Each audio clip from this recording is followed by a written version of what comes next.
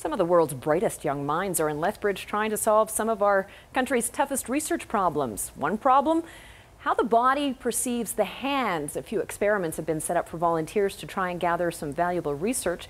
Keaton Gerberbach explains. Please stretch your hand as much as you can, but in a comfortable way. A new type of research is taking place at the University of Lethbridge. Young researchers were brought in from around the world to help solve some challenging problems. Morel Rodriguez is one of those researchers. She's from Mexico City and is researching how the mind perceives the hands. She says this type of research will have a lot of useful applications once the data is collected. First, I use the OptoTrack. I measure 10 landmarks in the hand 50 times. So it would be the base and the tip of the hand.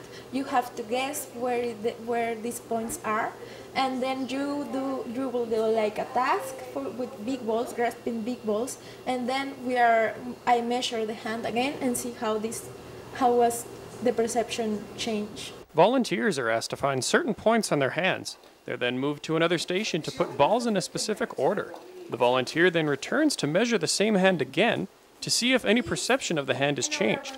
Research leader Claudia Gonzalez says there are a few things they are hoping to understand by doing these types of exercises. We're interested in understanding the basic processes, the basic mechanisms of how we perceive our hands, trying to understand also if the perception of our body, for example, is accurate or not. So we know that within 15 minutes we can change the perception of our body. So if that's the case, then I can see lots of possible applications for therapies. Other students from India, China, and Brazil were brought in by Mitacs Global Link for the 12-week research program to attract young minds to this country to conduct their research.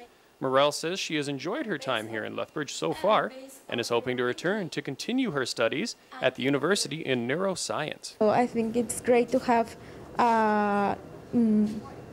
people from all over the world having research in the same place as a great country like Canada is. Once all the data is collected, the findings will be then published in scientific works. There, other scientists can use these findings to develop new technologies that may lead into new breakthroughs for this field.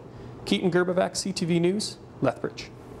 Other types of research being conducted at the university include how sleep plays a role in memory consolidation and the evolution of high-latitude birds.